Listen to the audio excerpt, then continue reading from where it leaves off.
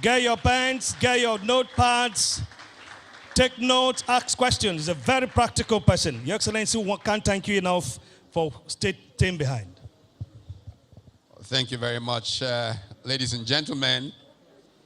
I'm going to be more brief. I would have been brief, but I'm going to be more brief than I was going to be because time has been fairly badly spent, I must admit. I say badly spent because one of our biggest challenges, our friend from Access Bank said, is not time management, but personal management. It's also time management, and part of the problem of time management is protocol. I try to avoid events that government officials attend because it wastes time. I'll be very honest with you. At the Lagos Business School, when we were starting, I insisted that we should not invite government officials to events. And my colleagues quarreled about it and said, no. The first event, public event, the then finance minister was a good friend of ours, Anthony Ani. Said, this is our friend, this private sector, nothing. I said, please, can we focus on what we're doing? Leave government people out of it. Event was 7 o'clock. Our tradition was we'll start promptly any event. At 7 o'clock, we did not see the finance minister. At 8 o'clock, he had not come. At 8:45, a permanent secretary stumbled in and said he was on his way somewhere and was called to go and represent the finance minister. At that point in time, none of my colleagues could look me in the face because I had warned. And I think there's a place for everything. There's a place for government officials. But I would have enjoyed talking or sharing ideas with you before they came and leaving to go and do useful things. Now, I can only manage to say a few things to you in a few minutes. But I was going to say, well, I have a flight to catch, unfortunately. That a caveat to open this conversation. In 1985, there was a conference in Nairobi. It was sponsored by the Aga Khan Foundation. It was designed to look at development, what brings development about. And that conference focused on what is called a tripartite approach to development. That tripartite approach suggested that real development takes place where there is a coordination of the activities of a private sector, a wealth-creating private sector, a public sector that essentially works on an enabling environment for value creation, and PDAs, as they were called then, private development agencies, the so-called NGO sector.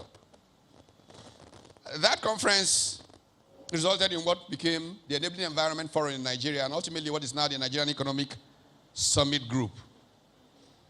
One of the challenges that I find most times is that we have not managed to think this through in terms of the way that we encourage venturing. I have had a fairly unique privilege in being able to operate in all of these sectors. I've had the good fortune of being in the private sector.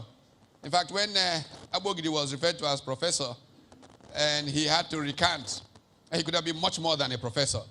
As a 21-year-old graduate, we used to come to visit with him.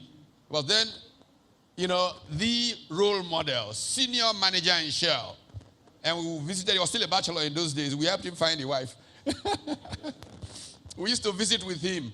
And, he was so knowledgeable, and we thought, okay, after doing what he'll do in Shell, he'll go and become a professor. But he chose to become Igwe. So it's a different trajectory. But the day that I was appointed managing director, I was asked to manage Volkswagen of Nigeria. I was driving home. My family was abroad. I'd been on a foreign post here. I didn't know where to go, so I drove into his house in Ikoyi, and we were chatting about this. So I've had a private sector track. I've had a public sector track. As you know, I had the good fortune of being an advisor to the president of this country at age 27. I have a track in academia, and I've had a very deep track in civil society. Unless all of these are harnessed effectively, you won't have the humility to understand what creates wealth. The great private sector person who has built a great enterprise, understandably, will talk bombastically about how he did this and did that. That's wonderful. It's helpful. It's good to know those things. But perhaps missing is a plug from public sector play. The biggest risk in doing business in Nigeria is regulatory risk. The government is the biggest danger to entrepreneurial development in this country. And let me tell you what has even gotten worse. Because government is repeatedly a danger to business development. I mean, I'm involved in 2 different cases in 2 different states. One in Ogun State, a venture we had started, invested hundreds of millions of naira, and a new governor comes and suddenly stops what the old governor approved. Right now it's happening in Enugu State. And this is a disgrace that Igbo people should learn to overcome. And these things continue to happen. And you ask, why are the investors not coming? They do not come because government is a disenabler in many ways. In 1998, I wrote a book titled Managing Uncertainty, Competition and Strategy in Emerging Economies. And I took a framework for competitive strategy, famously identified with Michael Porter. But if you go to structural economics, there's a paradigm called the structure, conduct, performance paradigm. That paradigm essentially looks at structural forces that lead to business performance. And I said, the so-called Porter diamond cannot play in Nigeria because one government official can talk to another in the night and the environment changes the next day. So, a challenge is in building institutions that will manage what I call the predatory acts of public officials. How do we build institutions that can help us set the boundaries that prevent this kind of environment? And so, if you don't have an understanding of the nature of public sector play, you may just be overexcited about what you have accomplished as an entrepreneur, knowing that there are people who could have done much more and just one signature altered the whole environment. So, what do we need to share with young people in the environment of business? Very quickly, passion is very important. The most successful entrepreneurs are not successful because they want to make money. They're successful because they want to change the world. And in working to change the world, they create value that lets them have more money than they know what to do with. But if you are driven by money, make money, you will be challenged in many ways because what is driving you is money. And you might take shortcuts that will not be sustainable. They might make you seem like you are rich today, but tomorrow you have a challenge. Let's take the example of the point I've made about the predatory acts of public officials.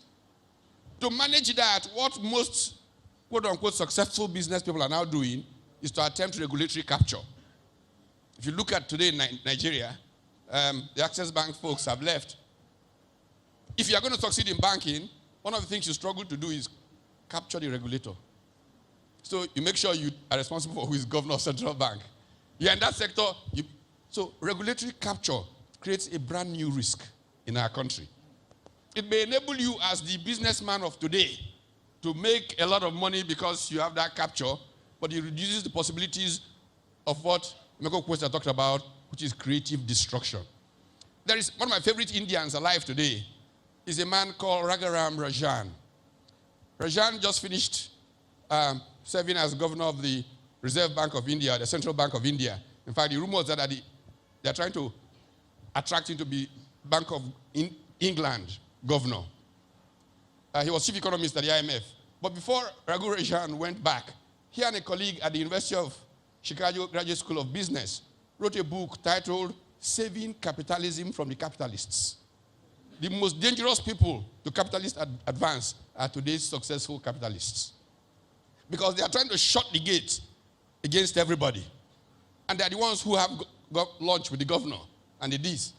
Their actions prevent the next generation of success, which is going to come from a young person who has no godfather, who has no access, but has a great idea. The one country in the world that has the best institutions that allow that possibility is the United States of America. And so the book, Saving Capitalism from the Capitalists, talks about how a young man, for example, like Bill Gates, can break through after so much struggle, standing at the gates of one IBM vice president to talk to him and they're, get away, you this boy, get away. And one day he breaks through. 10 years later, Microsoft has a higher market capitalization than IBM. That is what really leads to growth of entrepreneurship. I wish I had more time. I would have liked to sit with you, talk through some of these things, how you can approach it. Professor Orogbu was speaking about something I said yesterday. I mean, coming out of the airport in Asaba, took us nearly 3.5 hours to get to the Niger Bridge. For years I've said, look, there's a simple entrepreneurial venture waiting to be captured here. When December is approaching, set up a ferry somewhere there for 5,000 naira. You move people across, come out somewhere near maybe the Trinity Basilica and drive from there. People will be very pleased to pay 5,000 naira and be ferried across with their car than to spend 5 hours trying to get to the bridge. So what is entrepreneurship really? It's about solving problems and getting value for the problem that you have solved. And there are opportunities every which way you look for problems to be solved. The thing is to put this in a process. In one of my books, I talk about the entrepreneurial process as essentially taking you from opportunity identification through commercialization of a venture to essentially institutionalization of the venture. How do you identify opportunities? Like I said, they're everywhere. But how do you commercialize it and make it sustainable? All of you have it in you to create great ventures. And if you make the effort, you have the discipline, because about discipline. If you have the discipline to stay the course, you will fail, just keep getting up. The Japanese define entrepreneurship as a man who falls 7 times and gets up 8 times. May you get up many times. Thank you. God bless you all.